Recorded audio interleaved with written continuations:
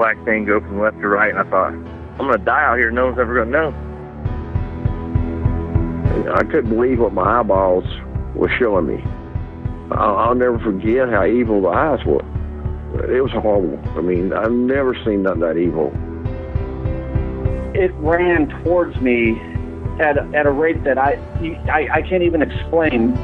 Turned and stared at me, and this look of, I just want to kill you. I want to say it was human, but it wasn't. He was yelling at me to grab a gun, grab a gun. I was like, for what? He said, just grab a gun. And there's footprints all the way to the door of my house. It had went inside my garage, all the way to the door. 911, what are you reporting? Jesus Christ, you better... Sir? See ya! Hello? Get somebody out here. What's going on now, sir? That son of a bitch is about 6'9", I don't know. Do you see him now, sir? Yes, I'm looking right at him. Uh-oh. You're listening to Sasquatch Chronicles. Check us out online at sasquatchchronicles.com. If you've had an encounter, email me. My email address is wes@sasquatchchronicles.com.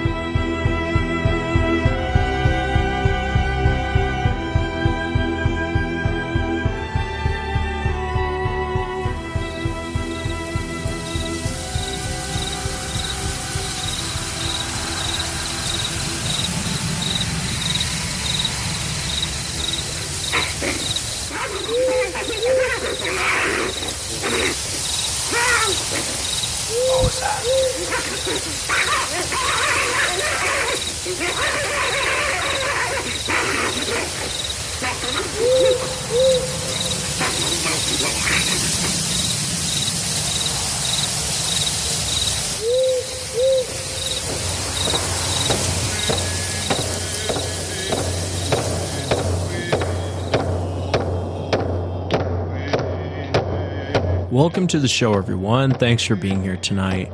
Got a great show planned for you tonight. Going to be bringing Tom.sewid back to the show. And if you missed it, go back and listen to episode 274. That was my part 1 interview with Tom. And he gave us kind of a First Nations perspective on Sasquatch. And he's been sharing a lot of information with me and with you guys as the audience. So I'm really excited to have Tom back on the show. Tom is a native watchman.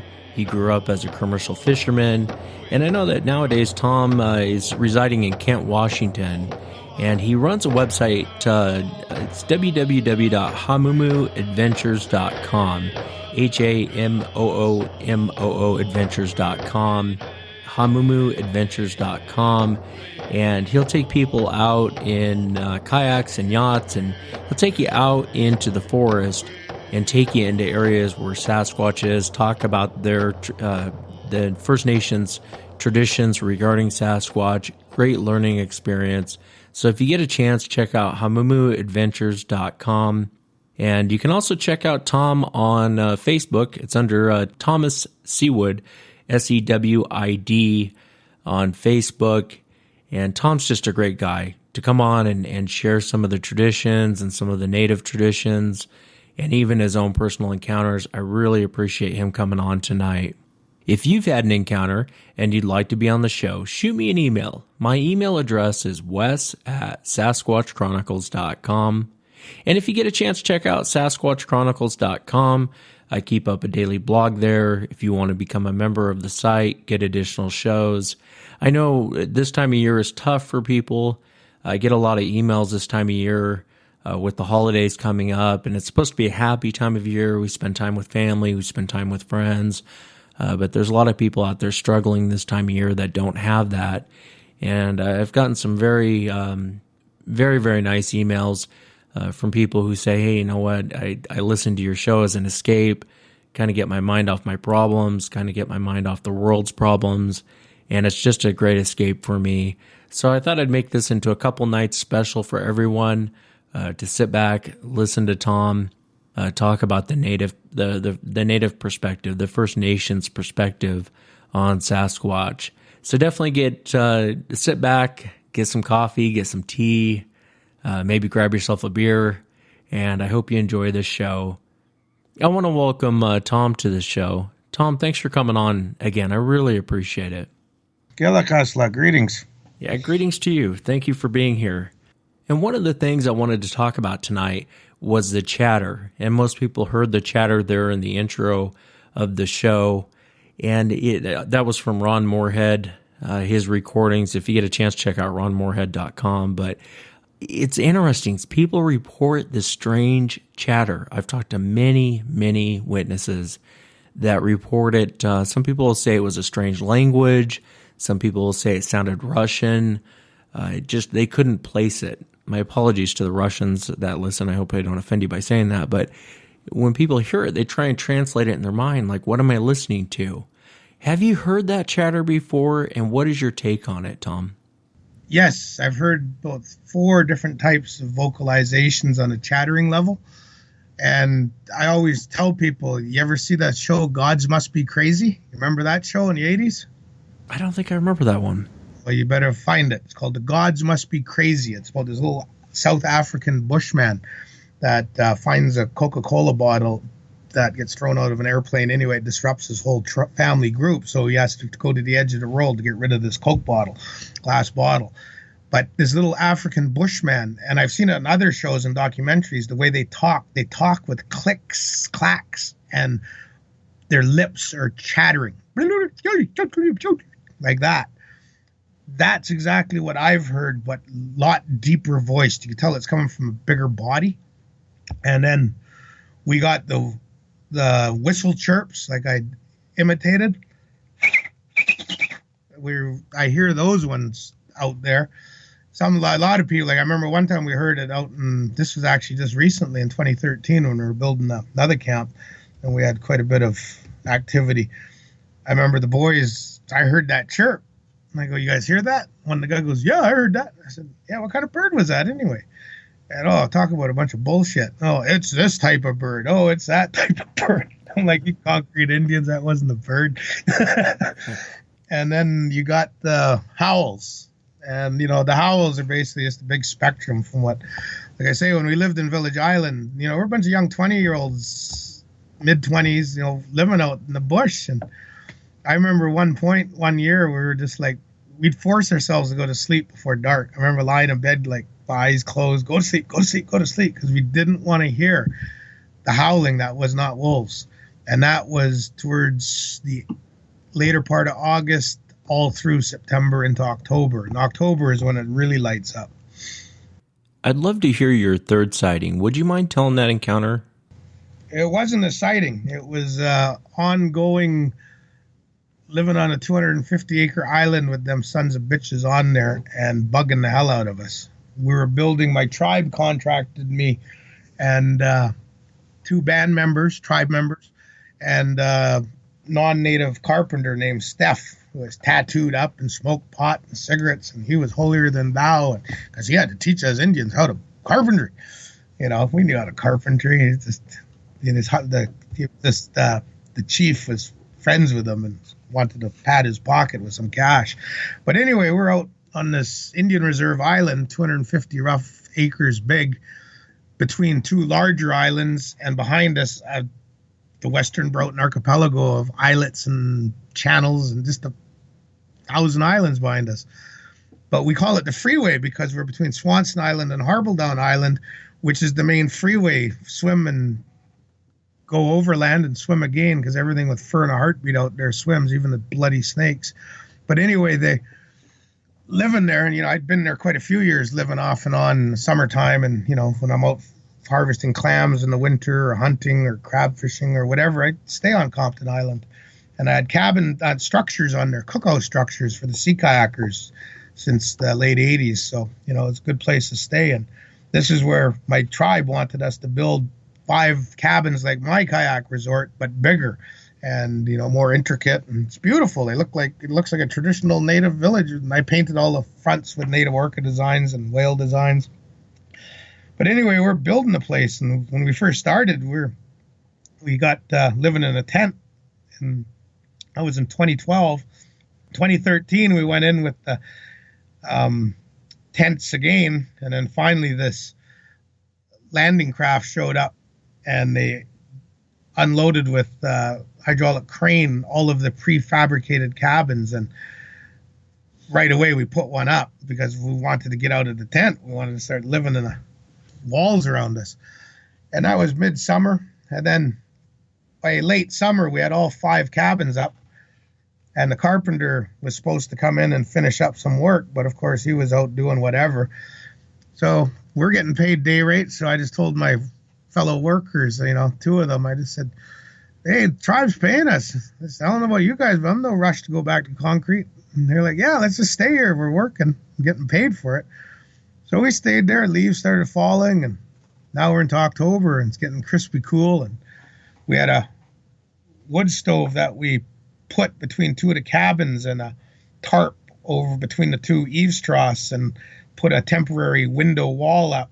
So when the wind was blowing, we had a nice sheltered area with this wood stove and a picnic table between the 2 cabins, but an open back into the forest.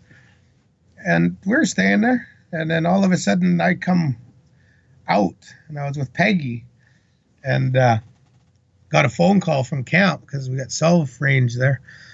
And my worker goes, you're not bullshitting me, Tommy, about the big fellas, are you? I'm like, no, I'm not. I don't bullshit about that, Darcy. Why? What's up? He goes, something's up here. It's for damn sure. I said, what do you mean? He goes, well, me and John were just sitting there on the beach.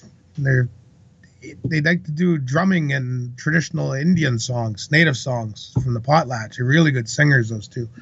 But I guess they're with their wooden batons pounding on a big, huge 3 by 12 by 20 foot long plank we found on the beach. They're pounding on it. That's their drum, and they're singing Kwakwaka'wakw songs with deep baritone voices. That's just the thing they did. And I guess they were doing that, and they stopped to have a smoke break, give their throats a rest, and all of a sudden the twigs started coming out of the bush, splash, landing in the water at high tide.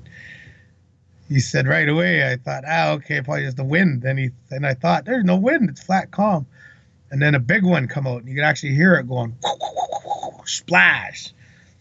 He goes, I went and did what you told me to do. And I went and grabbed a shotgun, walked up the trail, started talking Kwakwala. That's our language. Yo, Wixas, Majos, ye Chonachwa. He's just saying things like that. Hey, who are you? I don't know who you are. Are you the Chonachwa?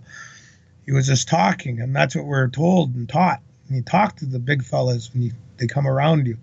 He said, I pushed like you told me just to go let him know I wasn't scared. And he goes, what else should I do? Should I let the 12 gauge go? I'm like, no. Don't you pull that trigger unless you have to.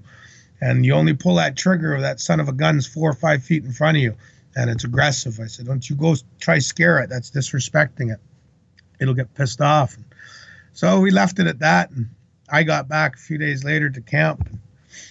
His brother's gone. It's just Darcy there now. And they got this. So I said, where's your brother? He goes, oh, he wanted to quit. I said, you got that scared? And he goes, yeah. I said, well, where did you stay last night? Because I know damn well you didn't stay on the island by yourself. He goes, oh, I stayed there. I'm like, oh, don't bullshit me, Darcy. There's no way you'd stay on the island with a big fella. And he said, yeah, you caught me. He goes, I've been going back to Alert Bay every night, staying with my dad. He goes, so I said, well, it ain't going to happen now. You're staying here. So we stayed there. My wife just reminding about something that happened that summer there, that fall. So we stayed there, and nothing happened right away. And then, I'm walking around, I'm checking my perimeters. And one of the things I told Darcy, I said, hey, come look at this. Look at this. Sons of bitch been probing our perimeters. He goes, what do you mean? I said, look behind we had a table and a tarp set up, and that was what we called our cook area. Propane stoves, and we had, because we're always there, we didn't have to worry about bears, so we had our ketchup and our peanut butter and everything out. We used to try to keep it tidy because the mice would come out. As soon as it got dark, there'd be mice all over, getting into the crackers or whatever we didn't put in plastic totes or in one of the cabins. But you could see behind the cook area, animal trails, mink. There's no raccoons out there, but the mink holes and, the odd place where a deer pushed itself through. We never had no bears, like I said. We had a dog named Quasi at that time on the island, so we didn't have to worry about bear. And I could see something was probing. And when I looked at these probes, I was thinking, I told Darcy, the sons of bitches are crawling on their hands and knees probing us.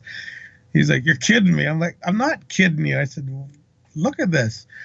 And then Darcy's a concrete city boy. And he goes, oh, by the way, I guess I should tell you. I said, tell me what? He goes, we keep losing the garlic.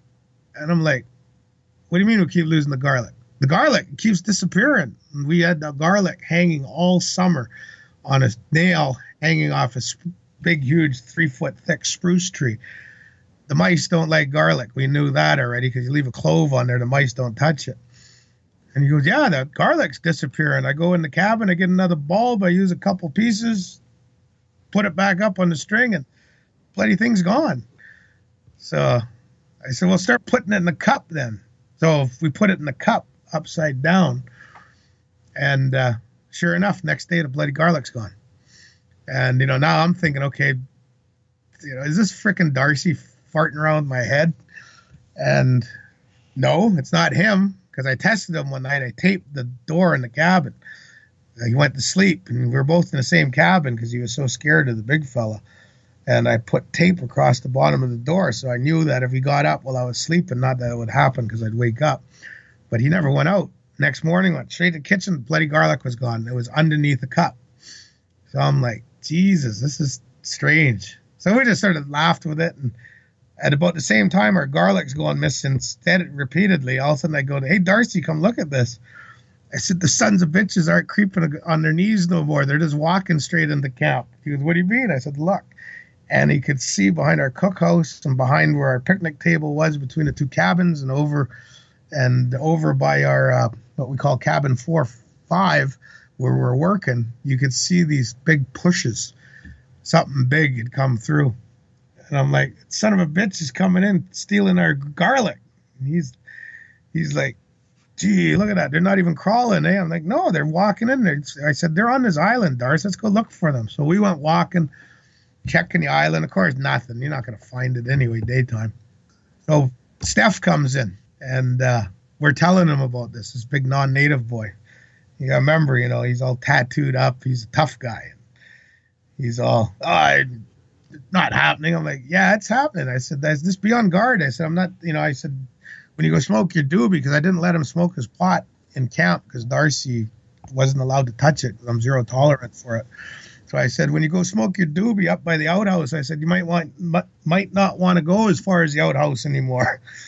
Well, Steph, he's, kind of laughing it off like, these guys have been on the island too long. And we're working one day, and all of a sudden you hear this big crack, alder tree that's down by cabin 5. And generators going, the air nailers going with the compressor running every now and then. Steph's working, putting siding up. And you heard this big crack. And I'm working on the next cabin, and I just grabbed a shotgun, and I walked towards Steph, and I crouched down, and I looking, bush person. You're not looking at the bush wall. You look down. That's where especially in October, because the leaves are all falling from the salmon berries and the chum-chum-clum, the stinging nettles disappearing now and wilting, and the alder trees small ones are losing their leaves. So I'm looking down. Sure enough, where that alder tree is broken in the bush, I saw just a hair-covered whatever. Could have been a black bear. It was blackish. And I looked at Steph. I said, don't worry about it. And he goes, what the hell was that, Tommy? And I said, probably just a bear. It looked like a bear. I said, get back to work. Don't worry about it. I'm right here with a shotgun. Besides that, you got a generator going. We are worried about it. I'm sort of keeping his 6, and I could see that he's kind of shooken up, and because he'd heard all the stories from Darcy about garlic going missing and all that. Now he's kind of like, these guys aren't pulling my leg. And so I'm standing there, and I look towards the inner part of the island over where we have this blue tarp, and underneath it is all our plywood and insulation and the generator and the compressor. And I look over top of this tarp, which is about maybe 6 feet off the ground, 6.5 feet. I look up on the bank through the alder trees into the evergreen part of the forest, the hemlocks that are they're pretty high. They're like, probably 60-foot trees. So you can see under the canopy and up that hill a long ways. And by this stump up there, I'm looking, and I've been looking before, so I know that stump is there. but it just doesn't look right. So I'm looking, and I'm like, I don't want to take my eyes off it because I know what I'm possibly dealing with. So I'm like, Darcy, and he comes over and he goes, what? I said, go get me the scope. I had a Bushnell 3x9, I think it is, rifle scope that I got sent by warranty a few years ago, and I never did put it on the gun, but it's in the box, and that's what we use as our, in Indian, we call them tukalooks. So I said, go get me the tukalooks. So he comes back and he gives me the box, and I reach out with my hand, but I'm still looking at that stump. I'm not removing my eyes. And I'm like, take it out of that goddamn box, you fool. So he takes it out of the box and gives it to me right away. And I lift it up, and I'm looking at the stump, and I put that scope on, and I'm looking. And that son of a bitch is sitting on its ass, squatting, with his legs spread, and it's got its back splayed against that big, huge cedar stump. And when I look at it, all of a sudden, it just grimaces at me as it stands up, puts its hand on that stump, and turns, and just, not fast, but it moved at a good clip and disappeared. Well, Steph is just like, holy shit. And he's like, and Darcy's like, oh, geez, that thing's big. And so I'm like, don't worry about it. Just walked away. I said, Steph, get back to work. Well, now he's just shit scared. We all laughed because when Steph got the camp, just like any other white guy, he had way too much equipment for the bush. He had this big box full of who knows what for carpentry, plus other totes and bags and duffel bags. So anyway, I'm get back to work. So we're back to work, and I walk behind where that underneath that tarp, and I want to look in the forest. I want to check out, see if this bugger's gonna do a loop-de-loop and come in on us again. And I got the 12 gauge with me in that scope that took a look. But when I get underneath the tarp and I walk to the back of it, I stop, and I'm looking on the ground for track or whatever at the same time. And all of a sudden, I'm like, hey, Darcy, come here. So he comes over. He goes, what? And I said, look. And you could see at the back of the tarp against this alder tree and then the wall of forest right behind, the ground was like really depressed, like flattened. Something had been standing there, and not just once, like a lot of times. So I'm like, go get me a tape measure and get me one of those milk crates. We have those plastic milk crates you see behind stores and restaurants. So he come over, and I'm like, put it where that impression is, and I stand on it, and I just can see over top of the tarp. So I measure it with a tape measure. For standing in that position with your eyeballs looking over top of the tarp, you look right into the cabins 1, 2, 3, the cookhouse area. You basically see 90% of the camp. And I measured it, and those eyes would have been up there at 6'6" to 6'8". Wow. So whatever was standing there, I figured was around that height. So, we put that all away, and I'm like, don't tell Steph. I said, he's going to get scared. All of a sudden, I went back to work. I was painting the interior of one of the cabins. I was painting a native humpback whale design against the back wall where the king-size bed would be. Anyway, Darcy comes. He goes, come look. So I go, look. There's Steph, he's packing all his stuff down to the beach, and it's almost high tide. So I walked over. I said, what's up, Steph? He goes, I'm done here. And I looked at his work, and I'm like, well, you finished the siding. I said, well, what about the doors? You didn't finish the siding, the inside of the doors. You didn't finish this. You didn't finish that. And, no, I'm done. I'm out of here. Take me out of here on that boat. So I went to get the speedboat off the mooring buoy. Me and Darcy are laughing. Nista Nutlu Mama, crazy white man. And we get the speedboat. And I looked at Darcy and go, you help him pack that big trunk down? He goes, no, that's what I was laughing about. It took two of us to pack it up the beach. Steph carried it down all by himself. Man, he's scared. So we brought Steph out, and me and Darcy got back to camp. We stayed there for another, I guess, maybe 10 days, 2 weeks. But we had all kinds of chatters. Like that's when you asked me about chatter noises. I remember sitting at the picnic table. Steph was even still there. And we were nighttime, 3 of us playing crib, and we had the wood stove going. Like I say, it's between 2 cabins, going between the eaves troughs with a tarp above it, around the stack, and enough heat to keep you warm because it's late October now. And all of a sudden, you heard this roar behind the cabins in the bush. Well, I told the boys right away, I guess it's bedtime, eh? Yeah. And well, me and Darcy went to our cabin. Steph went to his cabin. Heard a bang of doors, and that was it. And next morning, I got up and went look behind the cabin, and didn't see any tracks, just see pushes through the growth. And I started cutting a lot of the trees back there, opening it up so I could see a long distance, because like Darcy asked, what am I doing it for? I said, that thing roared at us. I said, it's been on this island for how long now? I said, it's probing us. And I said, if that son of a bitch comes after us, I said, I want to be able to have you with a handheld spotlight and me with my guns. I said, I got to be able to have a good line of sight.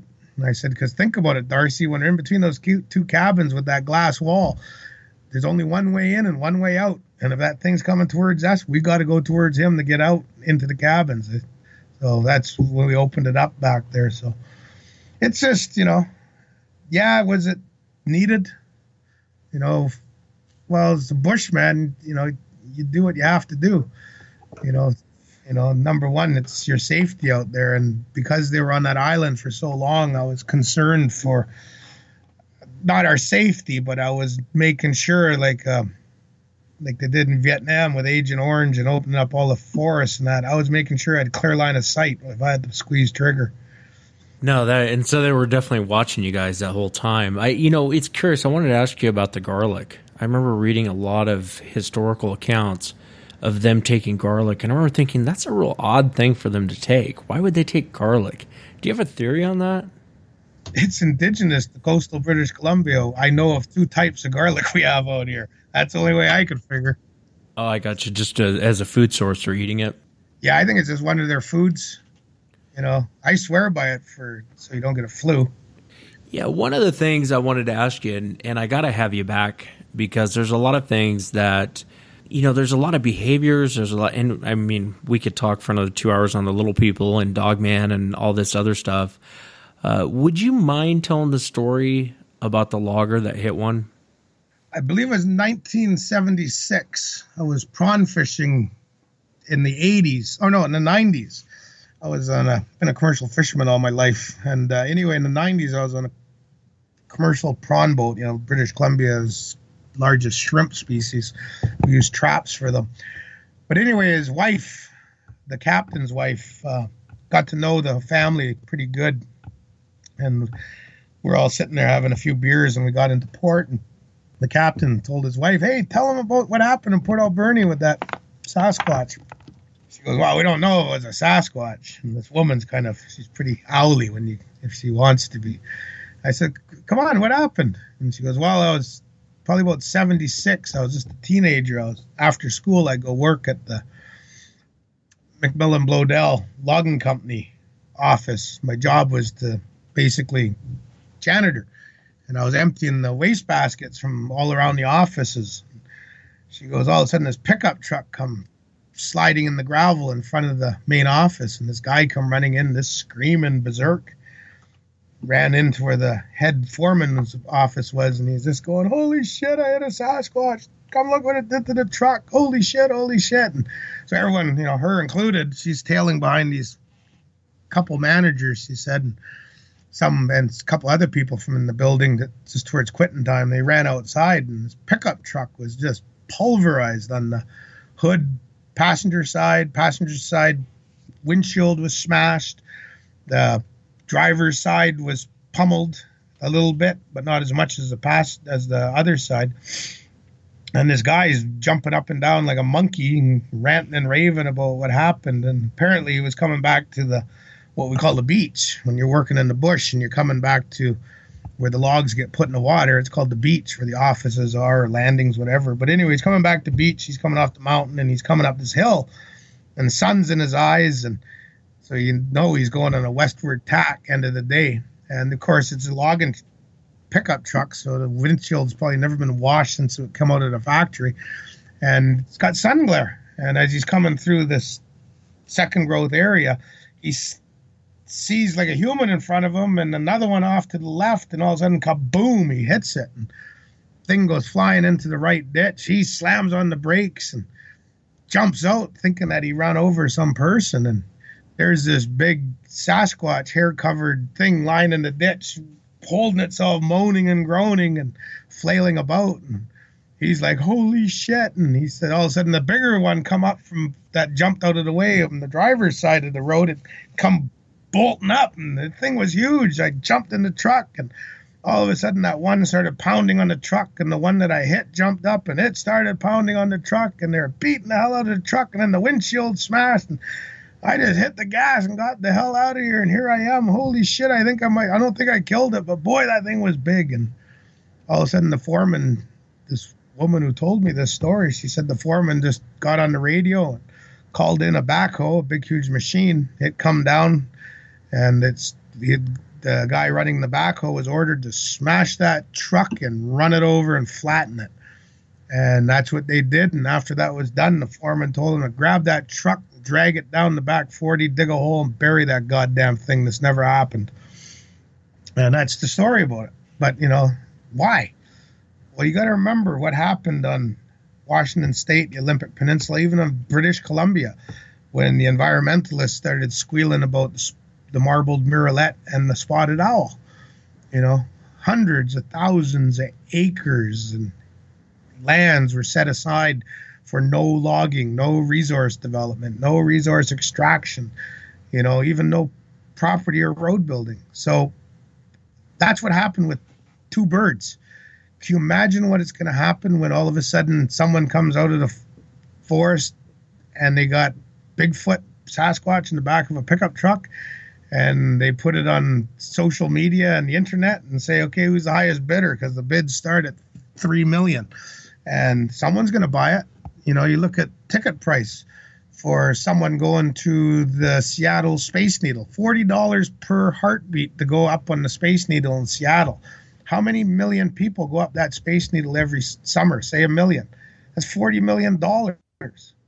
So you can imagine if someone gets a Sasquatch, what's the ticket price going to generate in revenue right there? But someone gets that Sasquatch, and we don't see them ever making it to Believe It or Not or Smithsonian Institution or some fair to pay my $10 to see a real creature, other than Dwyer, of course. He's always got a plastic fur, something he wants to sell you a ticket for. But anyway, you look at these forest companies, pipeline companies, oil companies, the list goes on. We know that in every corner of Turtle Island, Central America and South America, even in Australia, Indonesia, Asia, even Eastern Europe, we know that we have these hair-covered critters that we're sharing our lands with, our homes, our backcountry with. And once they have conclusive proof, you're going to see all the ologists with their PhDs running around trying to do Jane Goodall and Diane Fossey's work 100 times over per hectare. So there ain't going to be no logging. There sure as hell ain't going to be no oil exploration or natural gas or fracking. So, and I think that's one of the reasons why we don't have conclusive proof yet. I'm sure the government's got it, but they sure as hell ain't going to share it with us, the commoners. It's up to us commoners to get out there and get one. Yeah, do you think that we could do a Jane Goodall approach with these things? I've been trying. They like garlic. Yeah, my wife, she wants to. Peggy, she's sitting beside me. She's always gung-ho and buying new camo and infrared attachments for her cell phone. She's all gangbusters to go out and do the Diane Fossey, Jane Goodall thing, but that she gets scared, and that's the main thing. It's one thing to say, it's another thing to go out and actually do it, because I kid you not, it turns into a shit sandwich real fast out there when you got the big fellas around you and it's dark. Yeah, and that's a point I was trying to make. It seems like they're curious and they want to come in and check things out. And I've even had a lot of violent encounters on the show with fishermen and hunters and everything else. But even the non-violent encounters, they seem like they're curious. But the moment you start knowing or you realize that they're there, it seems like they want to split really quick. Or the moment you start going towards them, they want to split real quick. I was working on a thesis on the possibility of the introduction of smallpox into British Columbia's coastal region predating recorded European contact. So it came about by this place called Mound Island that we have that's full of mounds that were old big house depressions for a taga, a fish trap. But all these kayakers go there to camp, and of course they cause erosion. They know that the native watchmen up here, when I used to be the native watchman for my tribe, and they know from the Archaeological Act of Canada that if you find an arrowhead, a spearhead, a mortar and pestle, a hammer stone, a whirl stone they used to use for making whirling wool and things like that, if you find a high-grade stone or bone artifact, you bring it to a proper repository like a museum, or you bring it to the local native watchmen so they can bring it to a repository, a museum. And so anyway, this Mound Island has all these high-grade artifacts coming out, and I'm sitting there thinking about it. You know, every time I get one donated to the program to be held on to, I'm thinking, you know, you don't live in a house with a beautiful roll-on, snap-on tool chest worth $18,000 in your garage, and you don't go move to another area and leave your toolbox in the garage. You know, you take it with you. So, but if the same turn, if my neighbor has an $18,000 snap-on toolbox and I'm unemployed and I got no money and I want a toolbox just like him with snap-on on it, well, it'd be nice just to go next door if the laws weren't in place and say, hey, let me see that big pipe wrench you got. It says snap-on or Craftsman. Yeah, okay, here it is. And I grab that big old wrench and I clunk him upside the head a few times. Well, it's got wheels. I just roll it next door to my house. Now I got the new cabinet. So that's indicative of what it was like on coastal British Columbia as the native peoples. If you wanted that mortar and pestle, that hammer stone, that beautiful obsidian harpoon head, spear harpoon, the list goes on of stone tools. Well, you want it. You don't. You go in and you raid the village and you kill the people and you take their property that now becomes yours, canoes included, women and children as slaves included. And you take all of their high-grade stone tools. So Mound Island, they didn't do this. So I was wondering why. And plus, I'm also looking for evidence of Sasquatches, so I'm always poking around, and I'm always finding cockle shell deposits in heavy accumulations outside of the Midden complex, which is the black soils where the people live. So anyway, I'm always at Mound Island checking things out. And then it dawned on me that, hey, because of the timber was logged in 1897, they logged the entire island except for where the big trees are now, which is the Midden Old Village complex. So those trees back in 1897, when I core sampled them, showed that they were little pecker poles, twigs. So in 1897, the loggers didn't want them. So they left, and now they're big. But when I also did the core sampling for aging these trees, I started counting the rings. And then I added the 35 years, 38 years for alder and blackberries and other stuff to grow, die, then the evergreens take off, which I'd cored. It gave me a date of 1746 plus or minus a few years, which correlates to an interior smallpox epidemic. So that place, the people probably died of smallpox. And when I did some truthing there, I confirmed it. They died of smallpox. Our local people wouldn't go there because it was full of contamination from the other major villages around there. And then all of a sudden, they wouldn't go there a few years later because of Loliloch, ghosts, spirits. And then all of a sudden, the Europeans show up in 1776, 1778, and more diseases come, smallpox, influenza, and tuberculosis. So through the 1800s, we don't have enough people to live out in our serfdoms no more. So they come and live in our major village centers. And then all of a sudden, they move to major village centers, which are on the sailboat routes, Alert Bay, Campbell River, Port Hardy, so forth. So that's what I confirmed with Mound Island. So then when I was doing this and I was thinking about it, and I'm looking at the cockle shell accumulation outside of the Midden complex at Mound Island, which means outside of where the humans used to live, the black soil, ash from my ancestors' fires. In that black soil, you'll find shell and bone remains where they lived. So I'm saying, okay, I'm finding broken cockle shells and heavy accumulation. The beach has a lot of cockle shells. That's why the people lived here were shellfish and the fish trap. But now I'm getting cockle shells and heavy accumulation on surface. It's got to be the Sasquatches. Why aren't they coming right into the village?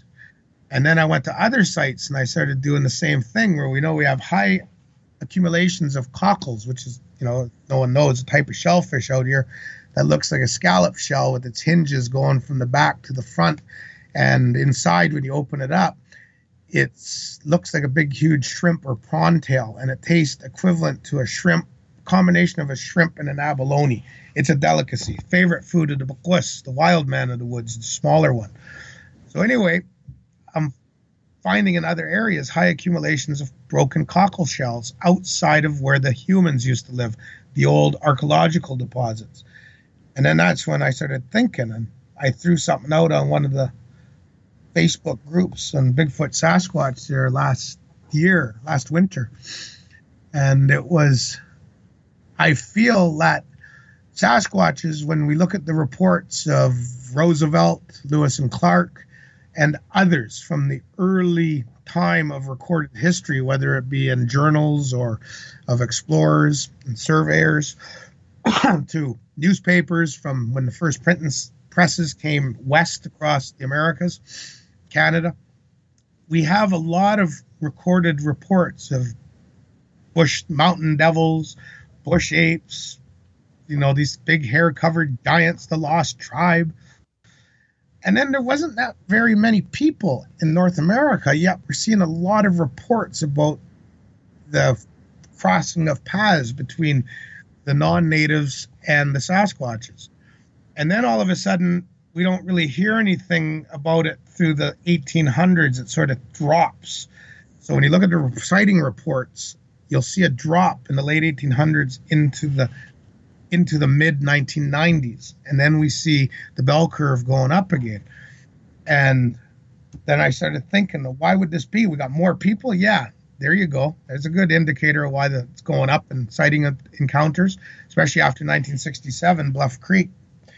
And then I'm looking at all of the reports, and we've been talking about it tonight. You've been talking about it since you started this program of yours, and we Sasquatch enthusiasts and researchers, we've been talking about it since Patty was put in film and even beyond. And what I'm starting to see is everything about the characteristics based from a bushman's principle of reading wolves, bears, any animal I read out there, even dogs in the city. It's all based on instinct. It's based on what you were taught as well. As a human, more so, very little instinct, mostly what you're taught and what you learn by experience. So everything I'm seeing with the Sasquatch is the grimacing. Native people, the Bakwis mask always has grimacing teeth, hiding its face, running away. Chonachwa, Bakwis, nocturnal. Why were they nocturnal? Well, when you look at the Kwakwaka'wakw First Nations laws prior to European contact, if you went into someone else's shellfish beach, berry patch, clover patch, hunting ground, fishing area of a river or saltwater, you could be killed and nothing would happen to the individual or his family because you're protecting your food source. So now you think about Sasquatch. Doesn't have a well-defined frontal lobe, sloping forehead, pointed cranial top. Not the brightest creature out there because he ain't using fire. Maybe he is more intelligent why he doesn't use fire and weapons. But anyway, all of a sudden it's got to compete with humans.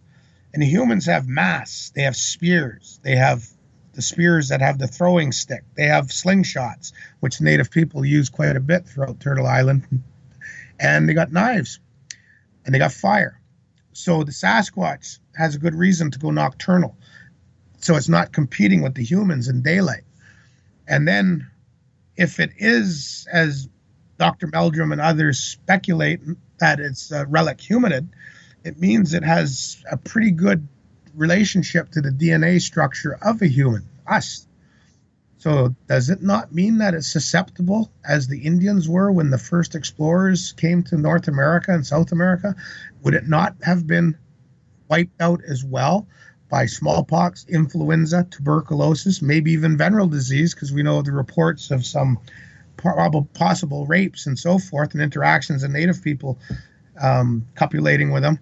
So what I'm getting at is with Roosevelt and all the early newspaper reports and everything, we have this high incident of coming across one another, Sasquatch and human. And all of a sudden, during the time of the smallpox, influenza, tuberculosis epidemics, there's a drop in reports. And then when the diseases disappear with Bluff Creek, 60s, we start to see a big increase in sightings. Big increase because we've got cameras on our phones now, and cameras for quite a few decades. Plus, we have more logging roads and access to the backcountry and sports and activities. But we're seeing the same thing. We're seeing a lot of curiosity from the Sasquatchers, but no Jane Goodall, Diane Fossey interaction between the Sasquatch initiating contact with humans. And I believe it's because they were susceptible to smallpox, influenza, and tuberculosis. You definitely could be right. It's interesting. It's definitely an interesting take. We start looking at the historical reports like what you're talking about. Why is it that it dies off at a certain time? And why is it that it's starting to pick up? It's definitely a good point. Can we talk a little bit about Operation Sea Monkey? And, as you and Todd and you guys went out there, I got a clearer understanding of why you guys went to this area at a certain time of year. Can you talk about the historical significance of why you guys went to that area and some of the sighting reports of that area? I know when I was talking to Todd, he was talking about them swimming from one island to another, and people might balk at that, but we have reports of them swimming across the Columbia River here in Washington State, going between Washington and Oregon. But can you talk about the historical reports of that particular islands that you guys went to? If you read the book, Guests Never Leave Hungary, my grandfather's autobiography, or another one called Totem Poles and Tea, written by Eugenia Harold, about native anchorage. My trailer was put on the old homestead. And you get a map, you will find there's Village Island, Mimicomlis. Right across the channel is Chajis Nukhumi, New Vancouver. East down channel is Kalaquis, Crooked Beach. These are three major winter villages for hundreds, thousands of years. And then between these three major villages, you have where Chief Kamehameha's cousin used to live. It's called the Kamano properties. And across the little bay there is the stone walls where the galley farm was. Hundreds of yards of rock walls, no buildings left, and what used to be a big farm. And then you have the Lansdowne farm, and then you have these other farms and old logging camps. But when you go there and do as I've done and gunk-holed around and poked around hunting and looking for old bottles and things like that, you notice a lot of wild fruit trees. Apples, 3-4 different types. Cherries, 3 different types. Crab apples, plums, 2 different types. Cherries, pears, different types of berries that have all gone wild. And if you dig around in some of these orchards, like we did when we were cleaning up where the trailer was, lo and behold, a bloody carrot pops up. The Owens homestead hasn't operated there for decades, and yet the odd carrot or potato still pops up. So in this small, high accumulation of sweet protein, vegetable matter, berries, in the summertime, you don't hear of all the kayakers out there and yachters. You hear very few reports of Sasquatches. It's because the beaches are green, the shellfish. May, June, July, August. No R in the month. A lot of sun, a lot of daylight hours, a lot of zooplankton, photoplankton. You even get some called goniolics, which is got the PSP, the paralytic shellfish poison, in that one-celled critter, red tide. So May through August, all the shellfish beds, the clams are really, really green. You open them up and they're just all that plankton stuff inside them green. They don't cure when you smoke them to make ilmatsi, smoked clams. You jar them and turn your water green. That looks terrible. You grind them up for making clam pancakes called a fritter. It goes green. You eat them in clam chowder. Your clam chowder is green. That tastes like the green. You don't eat clams May, June, July, August because of the plankton accumulation inside their bodies, but also the high chance of paralytic shellfish poisoning, red tide. And the Sasquatch, being close to the human, possibly is susceptible to PSP poisoning and red tide, which is red tide poisoning as well. So they know that. Plus, there's too many damn tourists gunk-holing around in kayaks that don't make noise and stinking up the place. So they need to go where there's a high accumulation of protein because they're an omnivore of 500 pounds plus. So they go up into the high alpine. They follow the snow as it melts, exposing the animals that died during the winter, the carrion. Just go up on a hill that's receding snow line and look for the birds of prey. Your whiskey jacks, your blue jays, which are stellar jays, your eagle, your hawk, your crow, your raven. Look for those, and whenever you see those things landing, you're going to find some carrion. So I believe they go up and go after that high concentration of protein. At the same time, as the snow receding has taken place in May, that's when quatum, salmon berries, come out. So they can get into timber and on the slopes, and they got the first proteins, which is your salmon berry shoot, in the beginning of May. And then into June, you got the salmon berry. And then you have all of the other greens and berries and tubers coming online. And, look at a high alpine. There's nothing but starch and vitamins up there. And protein, meat. Mountain goats in the Olympic Peninsula, introduced by man. That's why there's so many Sasquatches down there. They're eating mountain goats in the high alpine during that late spring, early summer period. And then when the salmon begin to show in September in the Pacific Northwest southern streams. Now, a lot of people don't understand this, especially your viewers. They think that, oh, it's June, there's salmon in all the rivers everywhere. No, that's just in Alaska, and it works its way south later into the season. Right now, it's almost December, and we still have chum salmon swimming in saltwater going into rivers. So anyway, up in Alaska and northern British Columbia, it ain't taking place. It's too late. So when the salmon return in the Pacific Northwest in late August, September, the omnivore Sasquatch going to come down and eat them. And then all of a sudden, some of them I think a lot of them stay up in the alpine, hunting the deer, fawns that are pretty small and other things, and greenery and fruit berries. But then all of a sudden, the end of September comes. All the tourists leave Village Island area. All the mothership yacht boats, all the yachters, they're all gone, except for Tom and his dumb Indians that are still out there working. And then all of a sudden we hear the hollering, the whoop, whoop, whoop from island to island. Then all of a sudden we hear the noises behind wherever we're staying. We have the interactions of them. All of a sudden the garlic's going missing. The Sasquatch are coming in. They're yelling from island to island, hey, it's me. I'm on this island.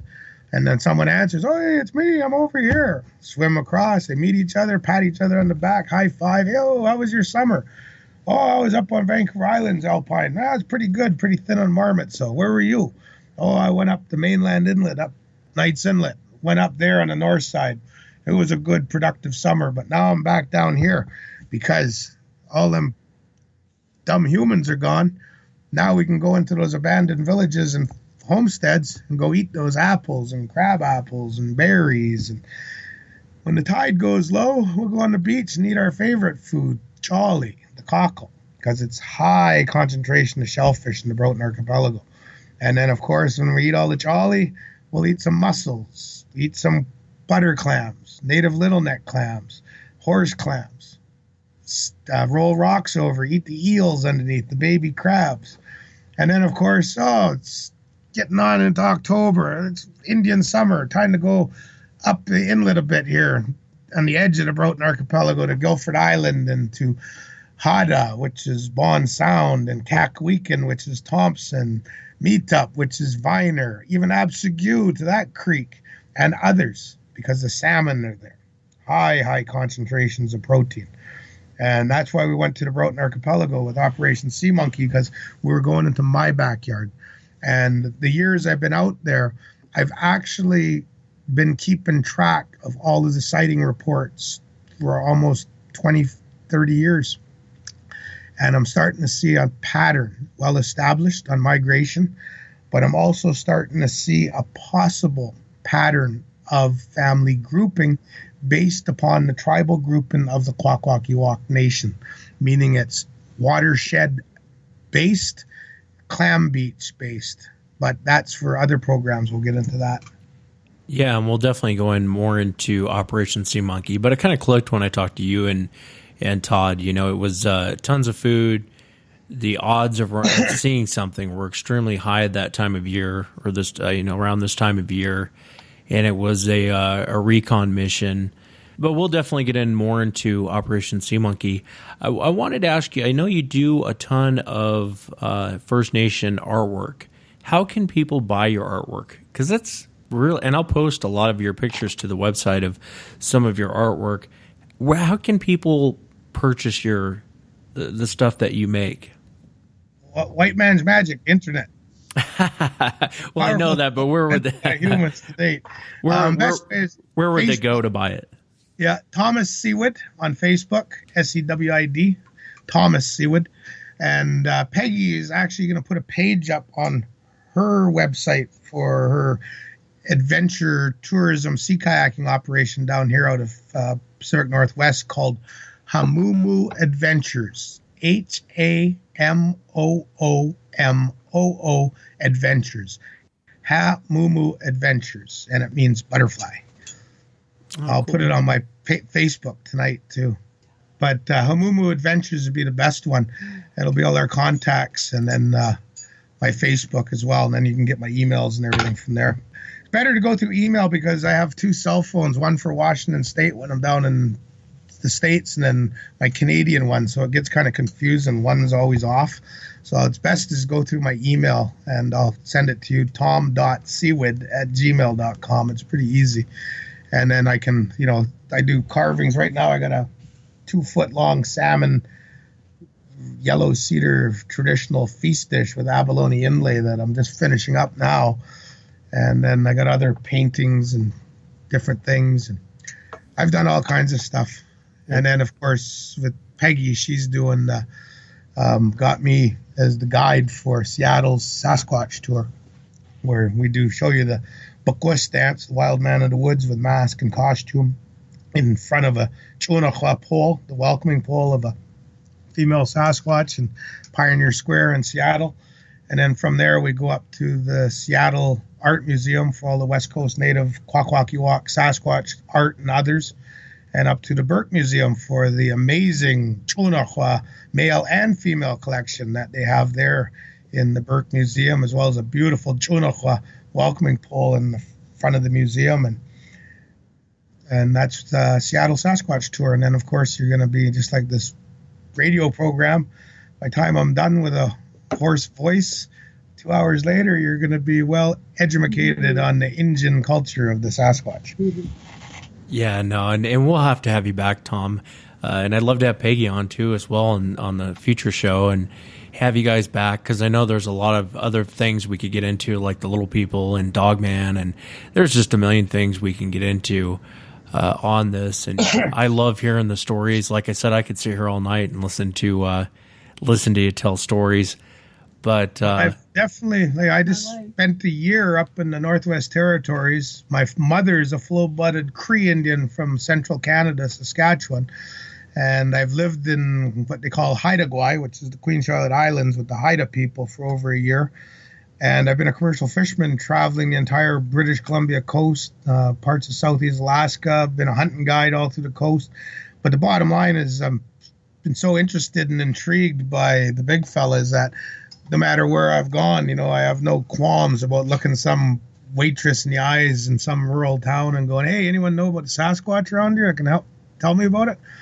Because it's there. And of all the people I've talked to, like John Bindernagel, Dr. John Bindernagel, when I met him over 20 years ago with my first encounter, it was amazing because here was someone I could talk about what I'd read about and what had been reading about, Gigantopithecus blackie and this and that, all the scientific part. He could teach me, and he had an understanding, and I can talk in depth with him on different things. And then now, being a native, I'm trying to find someone I can talk to, like a John Bindernagel, on the First Nations perspective, and I haven't found one yet. I've seen a lot of gimmicks so far, like some of these Sasquatch shows and some of these Indians running around in camo and 400 pounds each. I just shake my head and go, God, that wrong message about the Indian is getting out in regards to the Sasquatch. And hopefully a lot of people will come to me, and I'll be more than happy to share, as I'm doing now, that, you want to get a Bushman's true Aboriginal Indian, First Nation, North American Indian perspective, please, hopefully you can reach out to me. And yeah, I'll write a book one day. Well, it was an honor having you on the show. Will you come back? Oh, definitely. I'll come back. I'll bring Peggy too, so you can tell you a few things. Yeah, please do. And wish your son happy birthday for me next week. Will do. Until we meet again in the language of my people. Halakilasla. Go in peace. Thank you very much. Tom, it was an honor.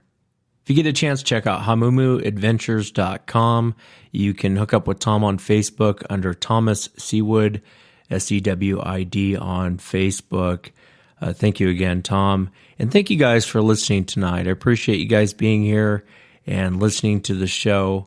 Tomorrow night, I'm going to be talking with Tom about the little people, and I'm really excited about that. We'll talk about the bakwas. Hopefully I said that. Hopefully I said that right. But we're going to go into more topics tomorrow night.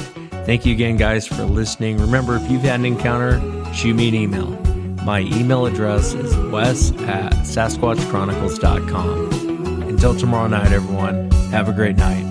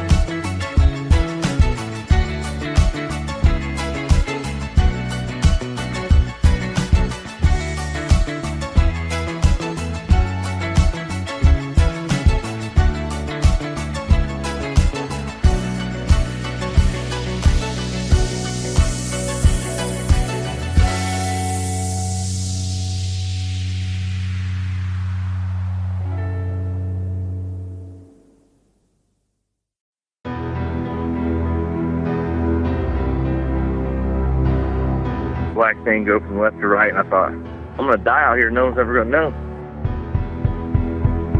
I couldn't believe what my eyeballs were showing me. I'll never forget how evil the eyes were. It was horrible. I mean, I've never seen nothing that evil. It ran towards me at a rate that I can't even explain.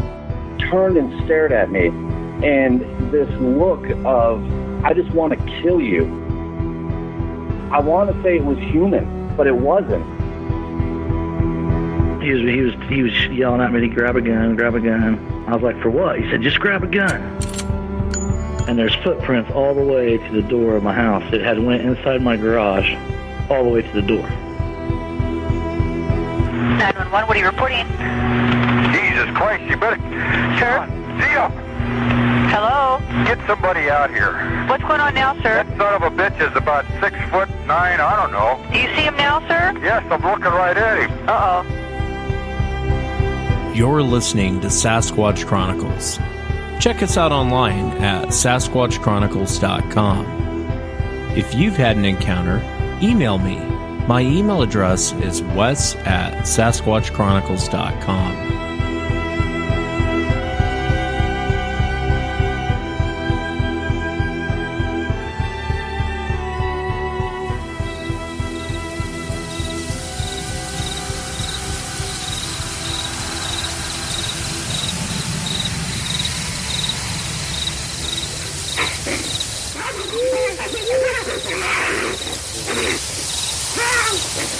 What was